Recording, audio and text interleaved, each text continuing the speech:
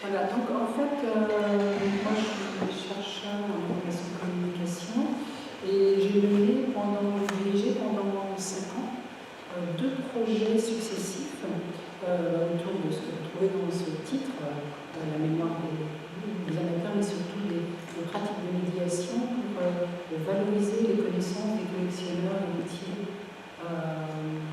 aussi amateurs, de collections des 2 guerres mondiales. Alors, je vous expliquerai un peu, je ne suis pas du tout une spécialiste, je ne suis pas historienne, je suis en information et communication.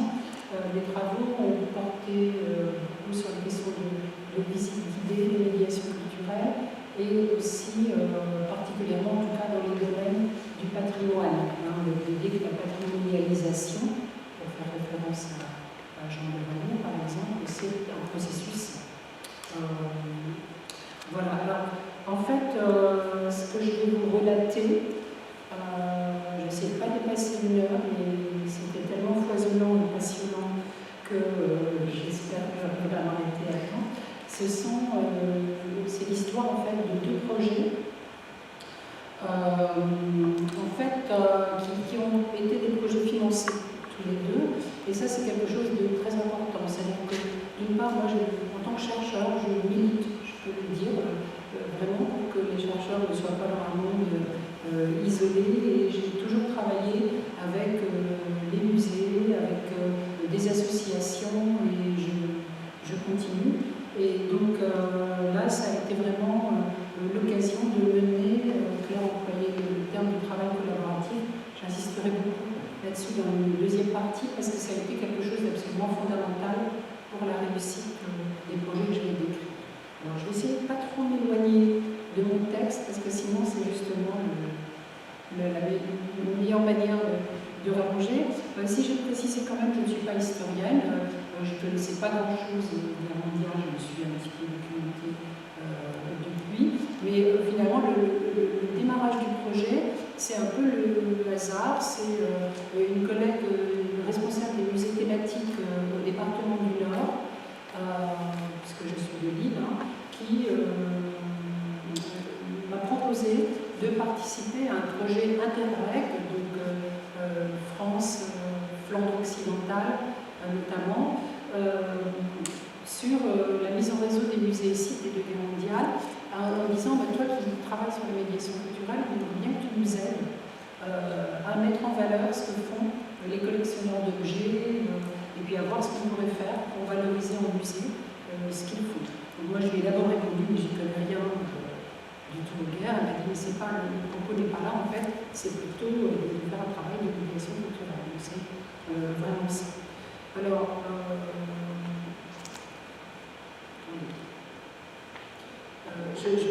je commence par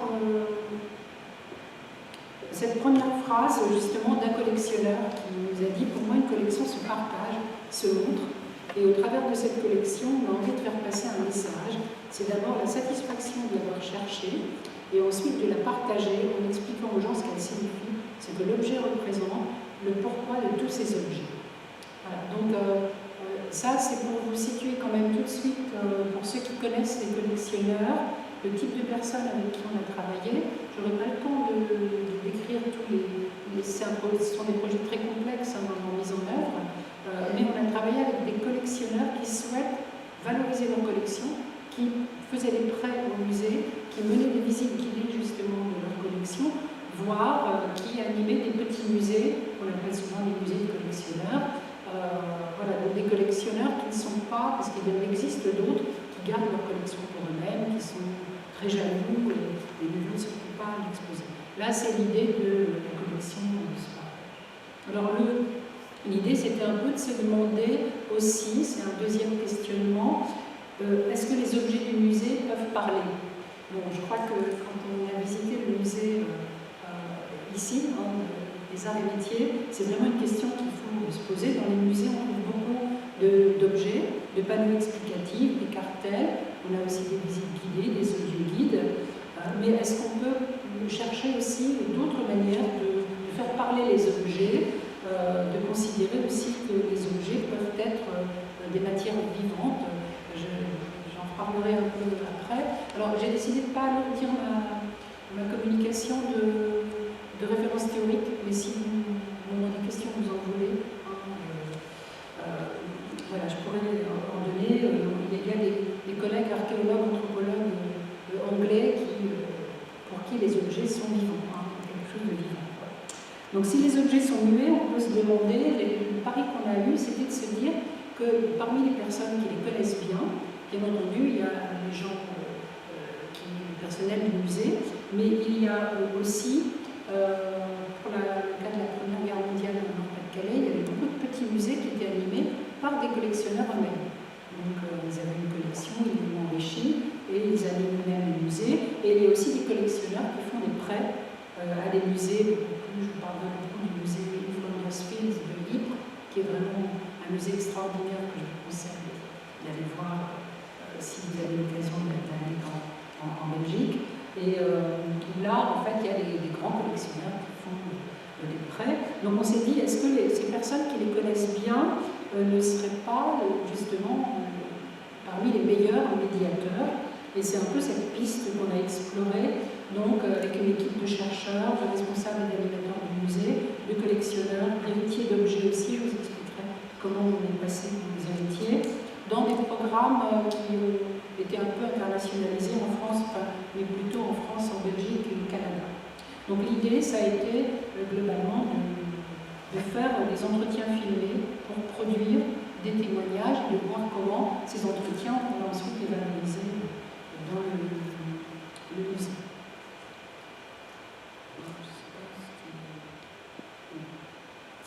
Voilà, donc le premier objectif, si vous voulez, c'était relier les objets patrimoniaux aux pratiques des hommes. Je vais vous exposer tout de suite les deux projets de recherche pour que ce soit compréhensible. Mais cette idée, elle ne nous est pas venue toute seule non plus. Elle nous est venue en fait en travaillant avec ces collectionneurs, parce qu'on s'est rendu compte que c'était un des thèmes très importants pour eux. Quand on dit collectionneur d'objets de guerre, moi ça m'a fait un peu peur. Au début, je me suis dit quel type de personnes je vais rencontrer. Il y a en Belgique qui prend beaucoup de militaria. Et en fait, les gens avec qui on a travaillé, c'était des gens qui bien entendu tous pour la paix, qui veulent montrer au travers des objets comment la guerre c'est horrible, mais surtout qui veulent montrer que derrière les objets, il y a des hommes. Et c'est ça qui a été un des éléments permanents de notre travail. Donc le premier projet de recherche contractualisé, qui a jeté les bases de l'ensemble, qui a commencé en 2010, associé donc des chercheurs du laboratoire Génico, de Détroit, auquel j'appartiens, et puis ensuite, 2 ans plus tard, des chercheurs du laboratoire des Visu de Valenciennes, qui eux sont plus spécialisés dans l'audiovisuel. Et ça, c'est parce que c'est un besoin qu'on a ressenti à un moment donné. Ce projet donc était intégré dans un projet Interreg qui s'appelait Translucide, qui vient de se terminer donc, début 2015, et qui était un réseau transfrontalier de musées et sites des 2 guerres mondiales, porté par le département du Nord, et avec la volonté de mettre en réseau ces musées. Donc, des recueils dans notre projet. La première réflexion, chose qu'on nous a demandé, en fait, il y a eu une ambiguïté là, c'était recueillir des témoignages de ces collectionneurs pour mieux connaître les objets. Et on s'est rendu compte, alors c'est toujours complexe quand on travaille avec différents organismes, et c'est vrai qu'il y avait une personne, par exemple, au département du Nord, qui, elle, pensait qu'on allait faire une collecte, on n'était pas très nombreux, quand même, quelques chercheurs, qu'on allait faire une collecte de tout ce que ces gens savaient sur tous leurs objets. Un des collectionneurs avec qui on a vraiment adoré travailler, je vous montrerai un extrait de son travail tout à l'heure, Philippe Osterling, c'est quelqu'un qui, par exemple, a entre 12 000 et 15 000 objets, il ne sait pas exactement combien. Donc, commencer à collecter, vous voyez l'ampleur du travail, ça commence à ressembler à l'Européana plus qu'un petit travail de recherche, parce qu'on avait des budgets quand même très limités, c'était juste des budgets de fonctionnement pour pouvoir travailler. Et donc, on a levé tout de suite cette ambiguïté en disant non, nous, ce qui nous intéresse, qui nous intéresserait à les voir travailler, c'est de mettre en valeur leur travail, parce que personne ne le connaît.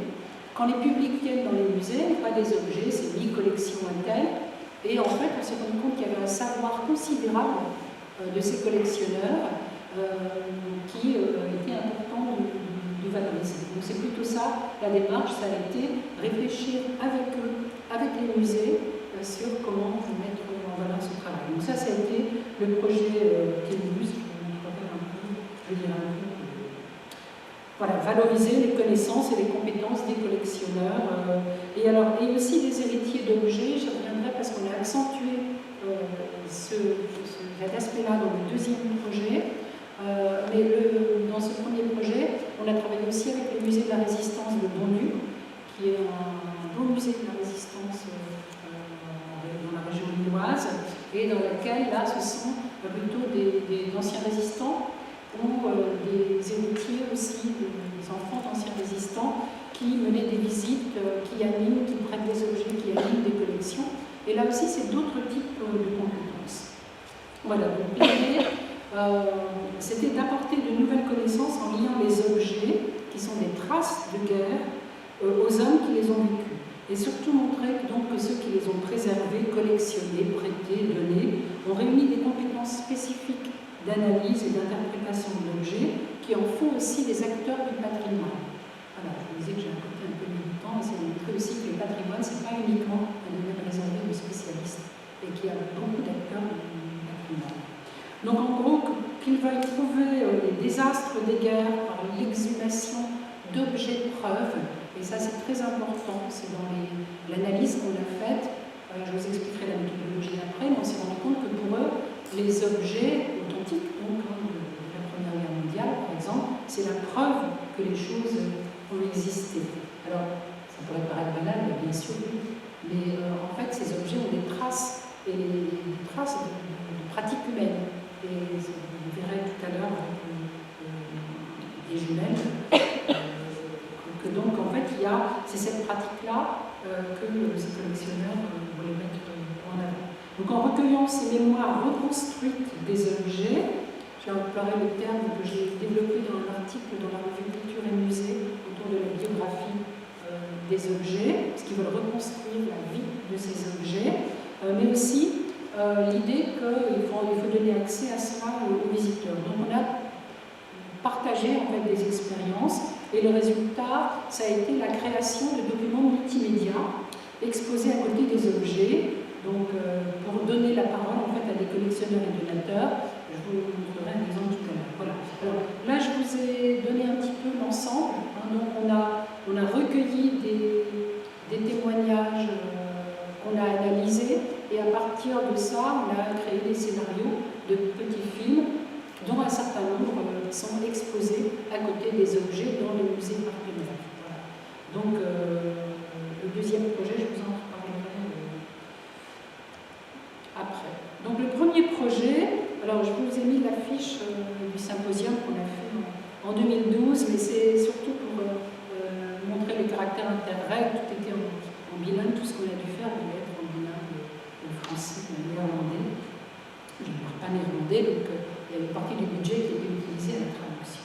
Donc ce projet, en fait, a pu naître, donc je vous l'ai dit, dans le cadre d'une mise en réseau. Alors deux musées, je crois qu'il faut, quand on est à Paris, il faut situer quand même ce que sont ces musées autour de la Première Guerre mondiale, notamment en Nord-Pas-de-Calais et en Flandre. C'est que ce n'était pas l'armée française qui était présente ici, ou très très peu, enfin je dis ici ou là-bas. C'est le fameux front, on parle beaucoup de Ypres, qui a été entièrement détruit, mais c'était le front entre les armées du Commonwealth et les Allemands. Et donc tous ces musées reçoivent en fait un public international important. Ce qui fait, alors, les incidences que ça a, c'est qu'il y a énormément d'Anglais, de Canadiens, des Indiens, des Américains qui viennent. Donc les incidences, c'est que ce sont aussi des gens qui sont parfois adaptés à d'autres types de muséologie que les muséologies françaises. Voilà, enfin, bon, je ne vais pas, on a une collègue du département du Nord qui a travaillé sur ces comparaisons. Mais c'est important parce que cette idée de rendre les objets vivants, elle vient un peu de là aussi. Hein. Voilà, après, ça s'entrechoque un peu au niveau des interprétations de l'histoire. Peut-être que j'y reviendrai si il y a une question là-dessus. Voilà, donc, précision aussi, on ne se retrouve pas, je vais vous mettre peut-être, je ne sais pas ce qu'il y a. Voilà, donc les musées avec lesquels on a travaillé, ça a été le fort de Seclin à Seclin, c'est un musée privé, ce sont des collectionneurs privés qui ont une collection extraordinaire d'objets de la Première Guerre mondiale et qui, pour trouver de la place pour leur collection, ont racheté, c'est symbolique, un fort. En fait, un fort serré de rivière, qui est donc un grand fort, équivalent de manière un peu étrange. Mais, voilà, donc, le musée de la cité d'Erquin et Erquinghem, c'est un tout petit musée de l'histoire d'Erquinghem, donc qui va du Moyen-Âge jusqu'à la période contemporaine. Le fort de Levaux à Fény, c'est un musée moyen. Voilà, et on a développé des entretiens avec deux personnes. Le musée de Flanders-Field de Ypres, c'est le plus grand musée de nos partenariats, et on a appris énormément de choses avec eux. Et on a travaillé aussi donc, avec le musée de Bourg, la tour de l'Isère à Dixmude, et là, dans ces lieux-là, qui est exposé une partie de la collection du collectionneur Philippe Osterman, dont je vous parlerai. Donc un musée à Los Angeles, on n'a pas beaucoup travaillé avec eux. Le musée de Fromelles à Fromelles, et qui a donné lieu à un nouveau musée qui s'appelle maintenant le musée de la bataille de Fromelles, qui a été énormément subventionné par l'Australie, en fait, puisqu'on a exhumé. Pour vous dire aussi un autre aspect, si c'est trop décousu, vous le dites, hein, c'est parce qu'à chaque fois pour expliquer, un autre aspect très important de ces musées, c'est qu'en Nord-Pas-de-Calais, Flandre belge, on trouve constamment des objets de la Première Guerre mondiale, de la Deuxième non pas, mais constamment des objets de la Première Guerre mondiale, dont le sol, dans les rivières, etc. Donc, par exemple, le musée de Los Angeles, c'est pas un musée de collectionneurs, c'est un musée uniquement de donateurs, et c'est la population qui n'arrête pas de rapporter des objets. Ils sont un peu repris en général. Le musée de Fromelles, c'était des petits collectionneurs, enfin grands collectionneurs, mais des amateurs qui avaient monté un musée. Et ce musée a fermé ses portes, qui était vraiment un tout petit musée dans le grenier de la mairie. Donc c'était un fatras incroyable parce qu'il y avait beaucoup d'objets. Et en fait, en 2009, on a exhumé les corps, plus de 200 corps de soldats australiens qui ont été découverts. Un des membres de ce musée dit que c'est grâce à lui, parce qu'en analysant des photos, il a permis de situer un endroit où on a creusé, etc. Et du coup, il a été décidé, entre le gouvernement français, la communauté de communes, etc., et le gouvernement australien, de faire un grand musée.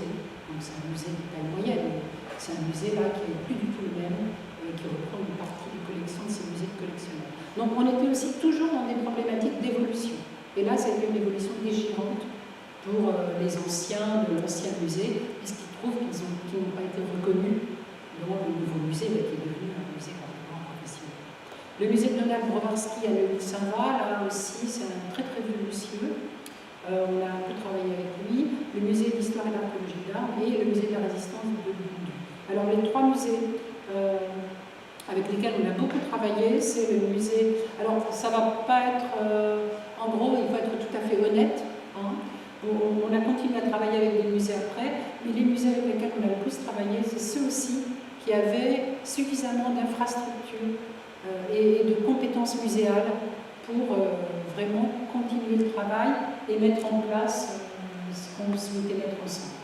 Voilà, donc je vais vous le dire comme ça, c'est une autre discussion peut-être, mais je crois qu'il faut être honnête là-dessus. Donc c'est le fort de Levaux à Fény, c'est le musée de Flanders-Field de Ypres, le musée de la résistance de Bundu, le musée de Fromelles un peu, et puis dans le deuxième projet, donc, on a travaillé avec un musée au Québec, je vous en parlerai après. Donc l'objectif de ce recueil au début, en fait l'objectif du projet au début tel que le département du Nord l'a commandé, c'était de proposer une méthodologie permettant la sauvegarde et la transmission de la mémoire détenue par les collectionneurs et donateurs d'objets des deux guerres mondiales en vue de sa valorisation muséale. Donc un premier objectif c'était de travailler à la prise de conscience de leurs compétences avec les collectionneurs. Alors moi-même au début, quand on a négocié ça avec le département du Nord, je trouvais que c'était un peu, comme disait mes sûr qu'ils sont conscients. Et en fait, on s'est rendu compte que non, ils n'étaient pas forcément toujours conscients de l'apport qu'ils pouvaient donner dans la médiation, justement, aussi du musée. L'autre idée, c'était de sauvegarder des connaissances et puis surtout de capitaliser, de valoriser des témoignages. Alors, ce qu'on nous a demandé aussi, c'était un projet de 3 ans, c'était en fait finalement de fournir des sortes de prototypes. On est des chercheurs, on devait rester dans l'expérimental, si vous voulez, sauf qu'avec notre passion du travail collaboratif, on voulait de l'expérimental qui puisse être exposé au musée. C'est ce qu'on va faire dans le projet qui suit. Alors, ce qui nous intéressait aussi, ça c'était important dans l'approche, c'était de saisir ces acteurs dans leurs activités de médiation. Donc, la visite guidée, ça a été au début, on a filmé des visites, et puis après on s'est rendu compte que ce n'était pas tout à fait ça. Par exemple, projeter les visites guidées dans un musée, ça n'a pas vraiment d'intérêt.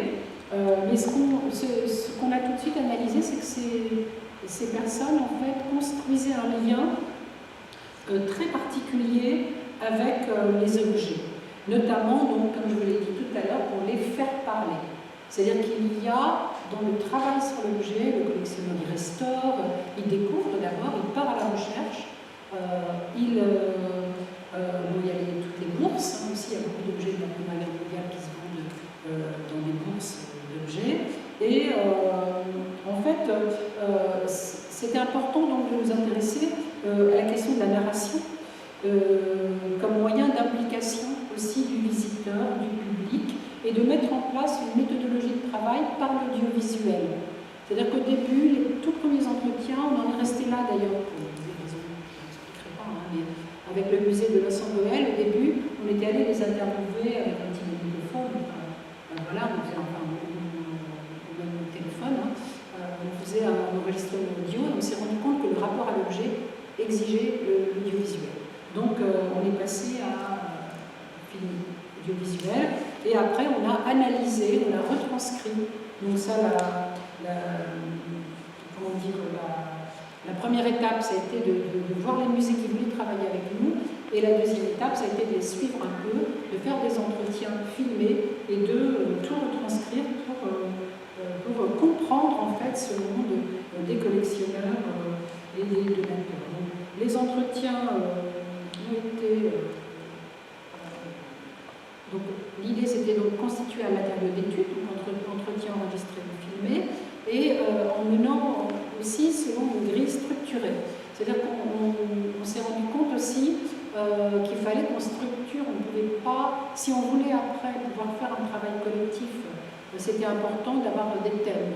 On s'intéressait à la biographie du collectionneur, au processus de constitution de la collection, du discours pour donner du sens à la collection des objets, de ce que l'ensemble de la biographie de l'objet, de la médiation et de la mise en scène de l'objet. C'est un peu les thèmes. Donc tout ça, c'est les résultats d'un processus qui se développe, qui sont les thèmes du matériau d'étude qu'on a constitué. Ensuite, on a fait un travail d'analyse sur ces thèmes, et donc on a la constitution du matériau d'étude, les entretiens ont été guidés en ce sens. Hein. Ensuite, on a fait un travail d'analyse à la fois sur documents textuels, puisqu'on avait tout retranscrit, et sur documents audiovisuels issus des entretiens, en se disant bon, quels sont les thèmes qui nous semblent intéressants. On a repris donc dynamique de la collection, mais aussi ce qui est apparu tout de suite, la passion du collectionneur ou du donateur, la biographie, et en plus de la biographie, nous a apparu la question des valeurs que ces gens attribuent à l'objet, qui ne sont pas forcément les mêmes valeurs que celles que le musée va leur attribuer, le lien des objets avec les hommes, et puis est apparu aussi dans l'analyse le rapport du collectionneur au territoire. Bon, tout le temps, les gens disaient, moi ce qui m'intéresse, c'est les objets d'ici. Hein, donc le front de Ypres, par exemple, Philippe Osterlin dit, moi je ramasse, je constitue des collections, autour notamment de la deuxième bataille d'Ypres, c'est ce qui m'importe, etc. Et tout ce qui est autour d'Ypres, je ne vais pas plus loin. Voilà, donc ça c'est quelque chose qui est apparu, on ne pensait pas du tout que c'était quelque chose d'important pour eux, parce qu'en gros, au-delà de ça, ils ne s'estiment pas parle d'autres collections, et aujourd'hui fréquente d'autres collectionneurs, et moi je peux pas dire.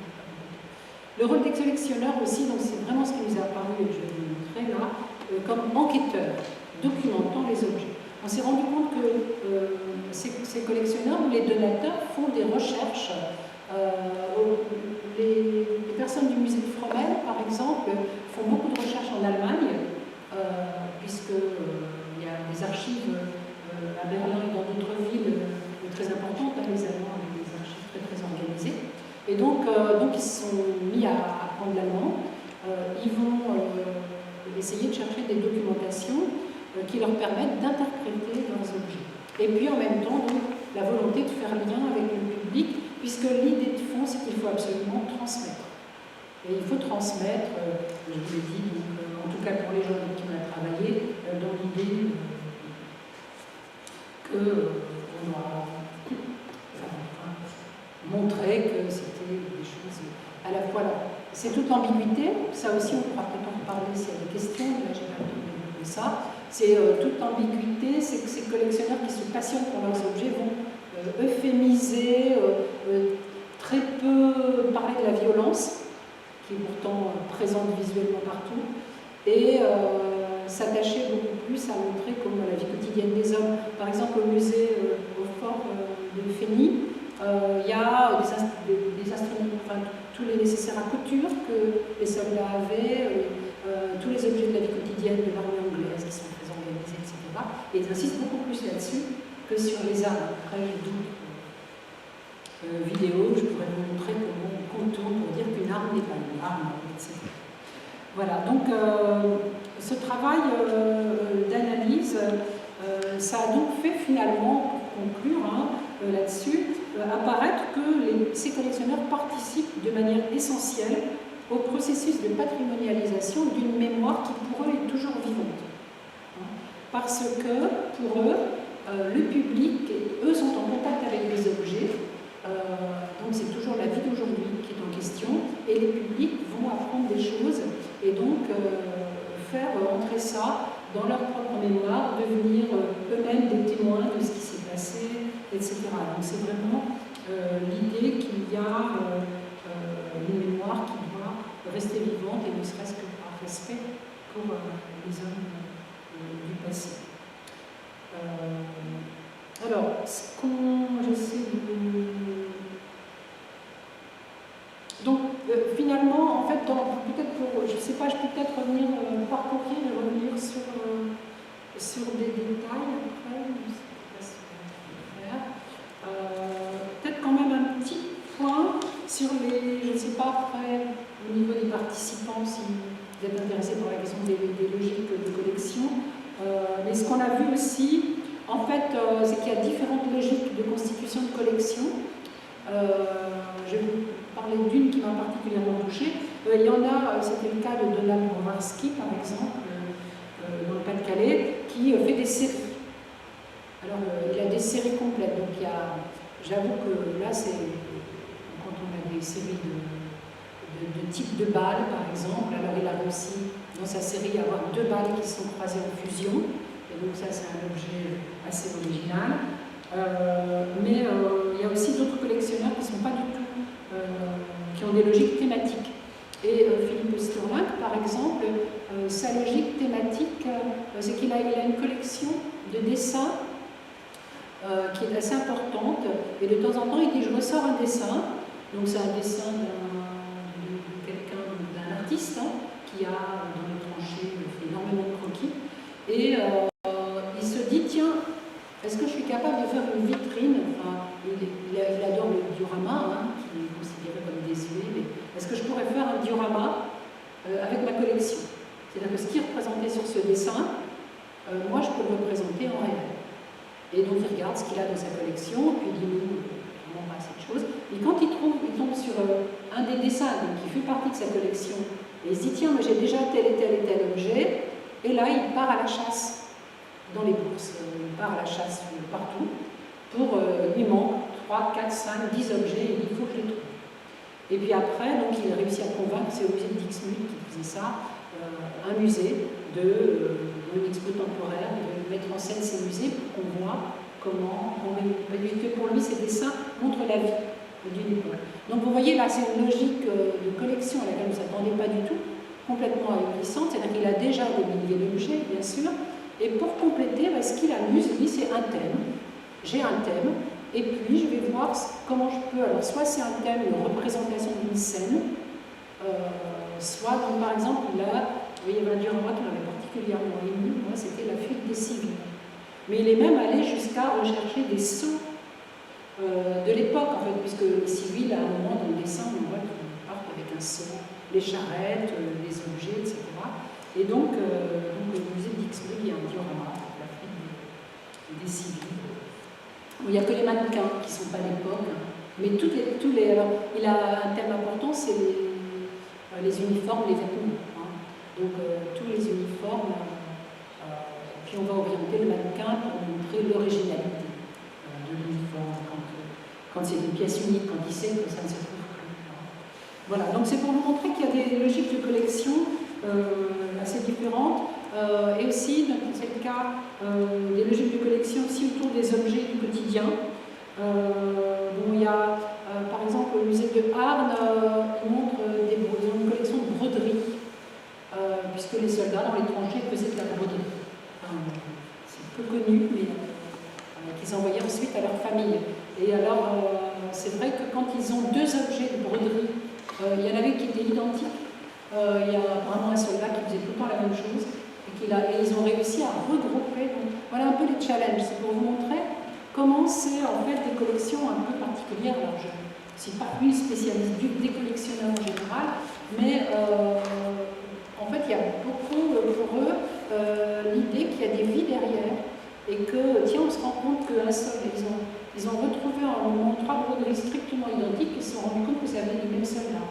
Donc ils se sont dit, il faut qu'on en retrouve d'autres. Voilà. Donc, autre élément important quand même, c'est les donateurs d'objets. Donc, c'est un doctorant, Geoffroy Gavin, qui a travaillé sur les donations d'objets au musée de la Résistance de Bondues. La Seconde Guerre mondiale, dans cette première phase, dans le projet Tébus 1445, était beaucoup plus secondaire qu'il va l'être après. Beaucoup plus secondaire alors qu'elle va être importante après. Mais là, l'idée, c'était de recueillir les témoignages d'anciens résistants sur les objets. Et là aussi, vous allez voir que ces témoignages éclairent les objets pour lesquels on ne comprend pas grand-chose quand on le voit uniquement dans la lecture.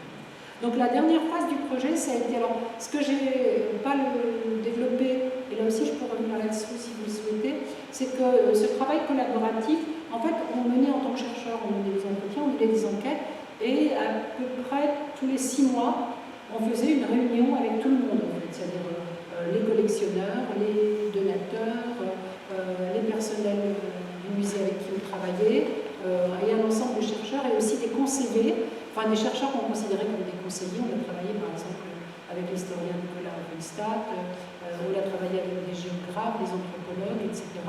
Aussi des archéologues de la Première Guerre mondiale, qu'on prenait un peu comme conseil en disant est-ce que là, nous on fait fausse route ou pas, même si notre point de vue n'est pas un point de vue ni d'historien ni d'archéologue. Voilà, alors on a fait un symposium pour donner nos résultats qu'on a partagé donc, avec pas mal de chercheurs et pour lequel on a projeté donc, ces petits films, et puis après on a développé donc jusqu'en juin 2013, on a essayé donc de réaliser des films qui puissent, on était frustrés parce qu'on n'avait pas le temps de travailler à leur implantation en musée. Et là, ce qui s'est passé dans la valorisation, en fait, c'est qu'on a un conservateur, un directeur du musée, au musée naval de Québec, qui était venu en France, dans un colloque qui a eu lieu à Crâne sur la Première Guerre mondiale, et qui était passionné par ce qu'on faisait, et qui a dit, parce que je vais vous montrer tout à l'heure un film, bientôt, un film avec des jumelles, des jumelles allemands dans un étui anglais, et il dit, mais moi j'ai l'inverse dans mon musée, et je voudrais vraiment qu'on travaille ensemble. Vous voyez, c'est des rencontres qu'on a eues comme ça, parce que nous aussi, on fait des recueils de témoignages, et on voudrait mettre en route un projet.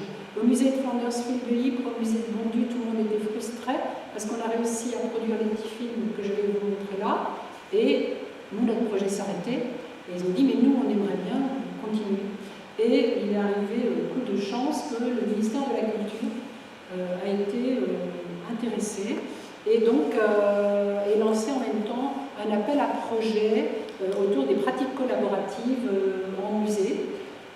Voilà, c'est l'appel que si certains connaissent, c'est pratique, le projet pratique interculturelle du patrimoine, enfin le projet PIP du ministère de la Culture. Et donc on a répondu, là aussi encore c'est des sommes qui restent modestes, hein, ça ouvre le fonctionnement, mais les musées là mettaient un accord, donc on a continué et notre frustration a été un peu levée avec l'idée que d'une part on donnait une dimension interculturelle à notre travail, parce que c'était apparu comme une dimension importante aussi, je n'ai pas eu le temps de le développer, mais c'est vrai que ces conceptions différentes, on a appris énormément de choses en Flandre belge, hein, parce qu'il y a une conception beaucoup plus en lien avec les hommes de la muséologie, et en même temps, l'idée de l'interculturel dans cet appel à projet, c'était le travail collaboratif entre les institutions et les chercheurs et les associations.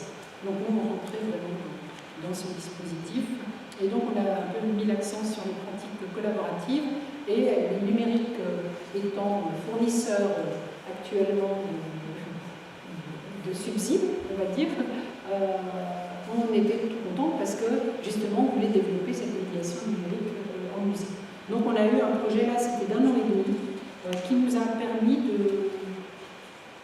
de continuer. Alors, je reviendrai, si vous voulez, j'avais développé deux questions, mais je vois que l'heure avance. Je peux revenir, si ça vous intéresse tout à l'heure, sur 2 questions de recherche que j'avais particulièrement travaillées. C'est celle du rôle du collectionneur dans l'interprétation du territoire, parce que pour eux, c'est aussi donner, je vous l'ai dit, ils sont attachés au territoire, et c'est donner du sens aux traces dans un lien avec le territoire. Alors il y a notamment sur puisque on s'intéresse de plus en plus au paysage, hein, on a toujours, quand on regarde, notamment par exemple du bout de la tour de Ypres, des traces, puisque Ypres est entièrement reconstruit et neuf, hein, mais dans le style d'avant, mais on a toujours des traces sur le territoire. Quand on va dans le bassin minier, c'est pareil, hein, il y a la lecture du paysage minier, mais on voit toujours les traces des tranchées, en fait, avec, voilà, ça fait des sillages, c'est absolument fascinant. Donc il y a tout cet aspect-là qui est important, et c'est en ça que je vous disais que pour eux, c'est toujours un monde vivant, puisqu'on continue de retrouver les objets, puisqu'on continue d'en voir des traces dans le paysage. Et l'autre aspect, c'est le rôle du collectionneur dans la patrimonialisation. Voilà, un collectionneur disait, tout bon collectionneur est intéressé à pourquoi il était fabriqué cet objet, quel était son usage, et donc il dit il faut l'étudier, le décortiquer, pas à 100%, à 200%. Et puis l'expliquer aux autres. Voilà, donc, avec cette idée que ça développe des histoires humaines et aussi ça montre comment des techniques en fait sont reliées à des événements. Alors, ce projet, donc, pratique collaborative et médiation numérique des témoignages sur les objets du patrimoine sensible en musée. Après, là aussi on peut en parler, il y a tout l'habillage des projets, hein, où on doit trouver les mots-clés, parce qu'on a toujours une rubrique mots-clés, je vous donne un peu. Et c'est vrai qu'on dans ces mots-clés, ça on l'a construit avec le musée naval de Québec, on s'est dit qu'il y avait cette notion de patrimoine sensible. Donc là aussi, je ne vais pas forcément développer, mais c'était vraiment l'idée dans ce projet-là, ce deuxième projet, bon, qui n'est pas qu'une suite, hein, mais qui était aussi la volonté de creuser des nouvelles questions. Et la question des technologies du numérique, si vous voulez, elle s'est orientée vers ça. C'est-à-dire qu'on prenait, c'est à la fois un patrimoine sensible dans le sens c'est quelque chose de difficile, hein, de sensible, enfin, on raconte parfois des horreurs, ça peut faire pleurer, ça peut impressionner. Vous allez voir que c'est donné ici un challenge pour le musée naval de Québec. Après, ça a été de mettre côte à côte des objets issus à l'époque, un capitaine allemand d'un sous-marin qui a torpillé une corvette canadienne, et les deux fournis par les enfants de l'un et de l'autre, qui ont dit qu'ils voulaient bien que les objets soient exposés, mais qu'ils ne se serraient peut-être pas la main. Enfin, il y en a bien entendu, côté allemand, ils serraient la main à tout le monde, puisqu'il y a toujours l'idée du grand pardon à demander en Allemagne qui reste très très importante. L'héritier québécois a dit qu'il ne savait pas encore. Mais en tout cas, il y avait cette base de se dire c'est aussi sensible, parce que si on veut raconter l'histoire maintenant, en fait, on est en Europe, on est une Europe de pays qui était ennemie pendant un moment. Or, il faut raconter l'Europe de la paix actuelle. Enfin, c'est compliqué, on le sait. Et donc, c'était aussi sensible au sens de difficile pour certains publics. Hein, comment, et on avait aussi un challenge, c'était comment, je vous expliquerai, je vous raconterai comment on est allé missionné par le musée naval de Québec, on est allé interviewer le fils donc, de l'amiral allemand, qui était devenu amiral, mais qui était à l'époque capitaine, et qui, donc le fils donc, nous a montré les objets de son père, et on se disait, mais en tant que, voilà, nous, comment on va aller faire son entretien, enfin, on est allé à Kiel, dans le nord de l'Allemagne, parce que les musées navals ne pouvaient pas sortir de fonds, enfin, c'était des choses compliquées, ils ne pouvaient pas sortir d'argent. Ils lui demandaient si vous voulez bien aller les interviewer pour nous, et c'était notre projet. Donc on s'est trouvé en se disant, mais, on est dans une position un petit peu bizarre. C'est des Français qui, pour des Canadiens, vont interviewer. Enfin, voilà, ça s'est passé merveilleusement. Mais en même temps, c'est aussi sensible parce que on va développer des manières de montrer les objets qui peuvent aussi être compliquées par rapport à l'histoire. Et puis, sensible, on l'a pris dans un autre sens encore, qui est, ce qu'on veut montrer, c'est faire parler les sens. C'est-à-dire que les publics puissent presque toucher, voir, ou qu'on montre que le collectionneur, c'est quelqu'un qui pratique physiquement les objets. Ça a été très, très... Il y a un amour des objets, il y a... c'est quelque chose vraiment d'important, vous allez le voir dans le film. Voilà. Donc dans ce projet qui a été subventionné en partie par le ministère de la Culture et par les 3 musées, donc beaucoup plus d'ailleurs, par les 3 musées avec lesquels on a travaillé, l'objectif donc c'était développer la réflexion et les pratiques interculturelles autour de la production de documents numériques intégrant des vidéogrammes et dans une démarche aussi de production de savoir et d'images qui donne du sens en fait aux pratiques de collection. Voilà, donc là les partenaires, vous les voyez, là je ne vais pas, c'est les logos qui sont là, c'est le ministère de la Culture, l'Université de Détroit et notre laboratoire, toujours le laboratoire spécialisé en audiovisuel de Valenciennes, des Visu, le département du Nord qui a continué à nous accompagner, le musée naval de Québec, le musée de France-Belgique et le musée de la Résistance. Que sont devenus les autres musées, vous pourriez dire, avant, on a continué à garder des contacts avec eux, mais voilà, comme ça, il y en a qui l'ont complètement aussi perdu de vue, parce qu'ils n'ont pas souhaité en fait développer cette valorisation. Voilà. Alors, le projet TMX, je viens de vous le décrire. Et donc l'idée, c'était de transmettre la médiation sensible du témoignage par un dispositif multimédia numérique et l'idée de réunir objets et témoins. Donc ça, c'est le fond en fait, de notre projet. C'est mettre côte à côte objets et témoins. Alors, je vais peut-être faire 2 projections successives, ou alors je projette tout d'un coup. Je ne sais pas si vous préférez entendre tout le discours et que je projette tout parce que je vais devoir changer, partir. Je ne sais pas, ou alors si je donne les projections toutes à la fin, ça ne vous dérange pas? Je ne sais rien. Ou donc selon la phase. Donc je peux vous montrer par exemple là ce qu'on avait produit à la fin du projet des musées dont on s'est dit qu'il faudrait vraiment qu'on le mette en musée. Je vais vous expliquer après comment on l'a fait.